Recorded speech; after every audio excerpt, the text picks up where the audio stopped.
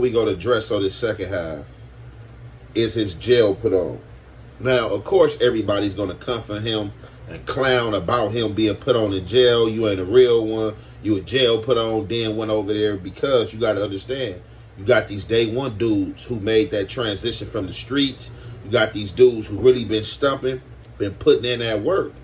So, they're not going to respect something like that. Definitely, if you lived over there and went to jail, and I mean, he's not the first case of a person that grew up in the area and went to jail and got put on. I really don't see nothing wrong with that. I'm not about to sit here and fake.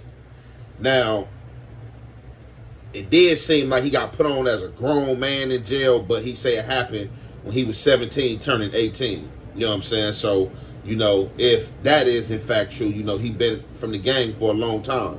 Don't know how long he did in jail, but the thing is, he's the one that came on the scene and was like, he was just banging piru and thought he could get away with banging all piru.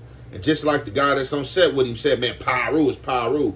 Piru is not piru. It's different piru streets, but I guess when they together with each other on some jail stuff, you can unite it under one umbrella. But on the streets, it's different streets, man. From Elm Street, from Mob, from West Side, from Ludus, from Campanella, Lime Hood, Cross Atlantic, you name it. You know what I'm saying? It's different streets, and some of these streets have beefed with each other. They had a power rule walk not too long ago, trying to straighten some of the straightening out between the fruit towns and treetops. Don't know if that's still up or how that's working. That's power rule business.